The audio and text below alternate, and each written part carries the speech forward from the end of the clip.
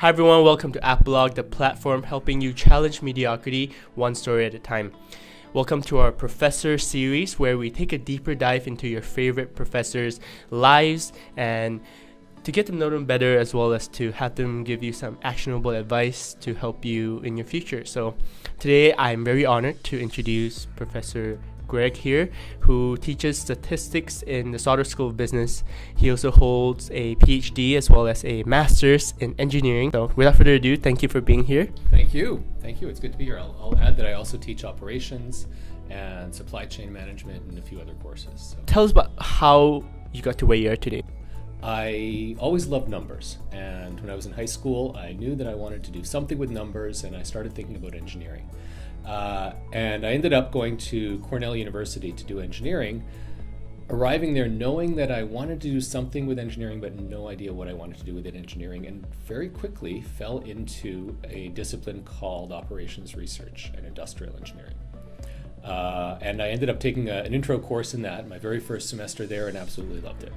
I flirted with computer science briefly, but really decided that I wanted to do operations research. So I did an undergrad degree in that and a master's degree, worked a couple co-op jobs in that field, ended up working for a small consulting firm for about 7 years, still in that field with a focus on the manufacturing sector, and ultimately decided that I wanted to get a PhD and switch industries. So I came to Sauder, did a PhD in management science, which is basically the same field as operations research, and switched my focus to doing research in the healthcare sector at that point. Still love numbers, still working in the same area, so eventually I did some research in that area in a research position, but realized that what I love doing is teaching, and so I've been teaching in a full-time capacity for about 5 years now. Awesome. But the interesting thing is, since my very first week in undergrad, I've been in the same field for over 20 years now, and I think that's kind of odd. I think that's unusual. But for me, it's been the same thing throughout, just shifting industry, shifting from a consulting position to research and then to teaching. And what was that? Was there a key moment in your life where you realized your passion and your love for teaching, or did it just kind of fall in your lap? Right. I think there were a number of key moments where I realized my passion, and that changed over time. So I realized my passion for solving problems, which led me into the consulting career. And then I realized that I wanted more of a technical challenge, and that led me into the PhD. And during the PhD, I realized that I loved teaching. While I taught a few courses while doing my PhD, and I also struggled with research because I didn't enjoy it as much. And ultimately, I found a balance where I can do a little bit of research and spend most of my time teaching, and that seems to be what makes me happiest. Awesome. Yeah. And clearly you're very good at teaching. I'm not sure if you're familiar with Rate My Prof. I try not to. So it's good news. You have a rating of 4.5. Okay. Which is really high. You're one of the best rated professors here in Sauder. And also there are a lot of comments that say that you're able to turn a dry subject like statistics really interesting. So I'm curious to see, well, it's been a while since I've taken a course with Professor Greg here, but I'm curious to see how, what's the process, what's your teaching philosophy like, and how do you turn something so dry like statistics and turn it interesting? Okay. Well, first of all, I start off by assuming that it's not dry. Okay. But I also recognize the reality that a lot of people are afraid of statistics, or they're kind of afraid of quantitative fields in general. But for me, it's all about finding a way to take complex problems and explain them in simpler terms. And that might mean using analogies, it might mean bringing Lego to class to illustrate a problem, it might mean having students work in groups to address a challenge that I give them. Sometimes it just means putting together slides that are very simple and yet descriptive, walking through a definition or an approach to solving a problem. So I guess that's my general philosophy. I know that you're a professor now, you're happy, you're happy in doing what you're doing, but is there anything you'll do differently to get to where you are today? Things I would do differently. I had a bad hairstyle in high school. So maybe I'd go back and get a better haircut in high school. I don't know. No, more seriously, not really. I think it took me a little longer to figure out what I truly enjoyed doing, and during my PhD in particular, which is a long haul, or it was about 6 years, I think I wasn't fully honest with myself about what I really love. It took me some time to admit to myself that I really love teaching. PhD is very research focused, and I gained a lot of valuable skills doing the PhD, and I continue to work on research projects to this day. Even though I have a teaching position and no research obligations, I am involved in several research projects at any one time. But it took me a little bit longer than maybe was ideal in admitting to myself what I really love, and that's teaching. And I think a lot of people, especially my age, when we're graduating, we, not a lot of people have, the opportunity to know exactly what they want to do, or find their passion right fresh out of graduation. And that's fine. That's absolutely fine. If it takes you some time to figure out what you want to do, I think that's fine. I look at teaching as my third career.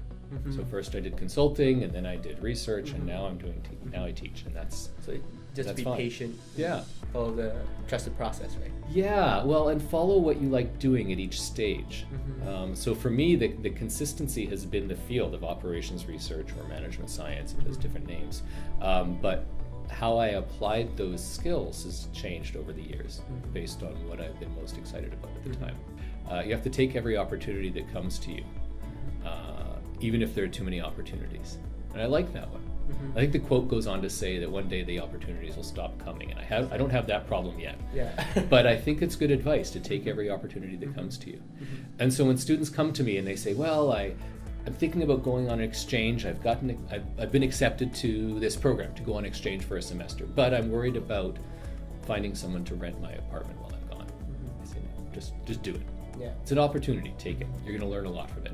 You may love it, you may not love it, but you're going to get a lot of it. And I'm sure, in your journey to, wherever you are today, there are a lot of mentors and, huge influences in your life that guided your path. So who would you say, I know it's hard to pinpoint one person, but who would you say has the biggest influence? I have one who was the biggest influence on me. It was a professor from Cornell named Professor Maxwell. And I never had him in a class, but he brought a couple students to work in a factory in Indonesia every summer. And I went with him and got to know him during this one summer, doing industrial engineering work in a ceramics factory. And I learned so much from him about how to solve problems, how to manage expectations with a client. He ended up working with the company that I worked for after I got my master's.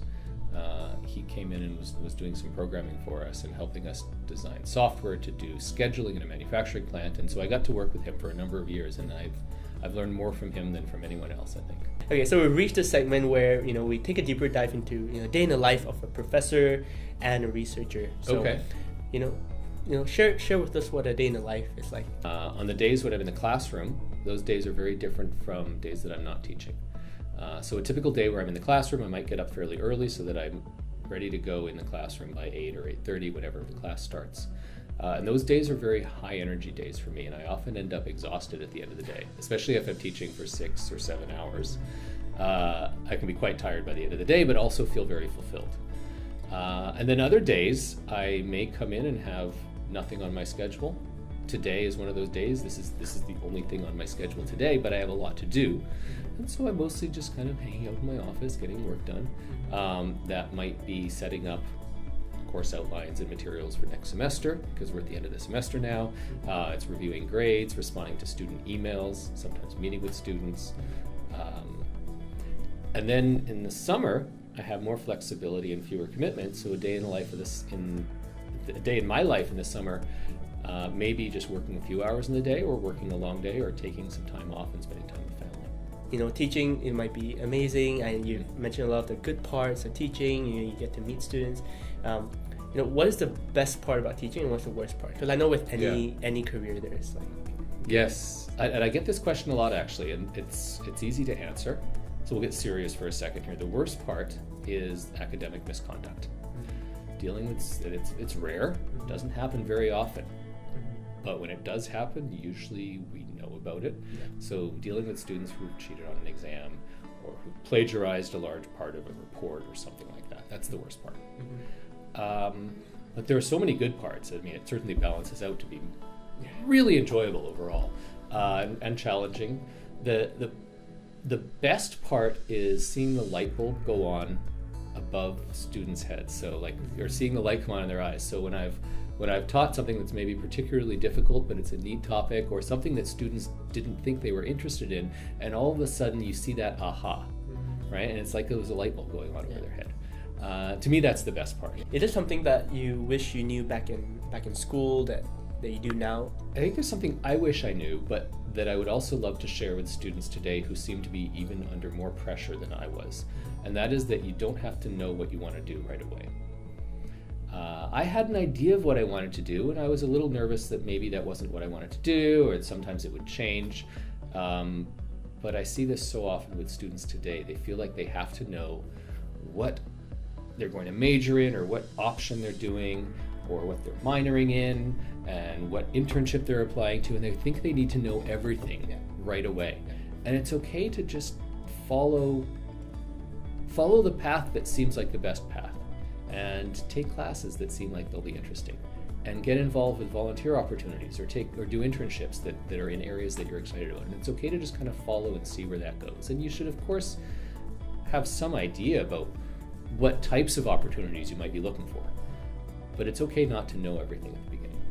Do you think there are any skills that are required to be successful as a professor? Because it seems like you have it down. So are there any key skills for someone to be a great professor?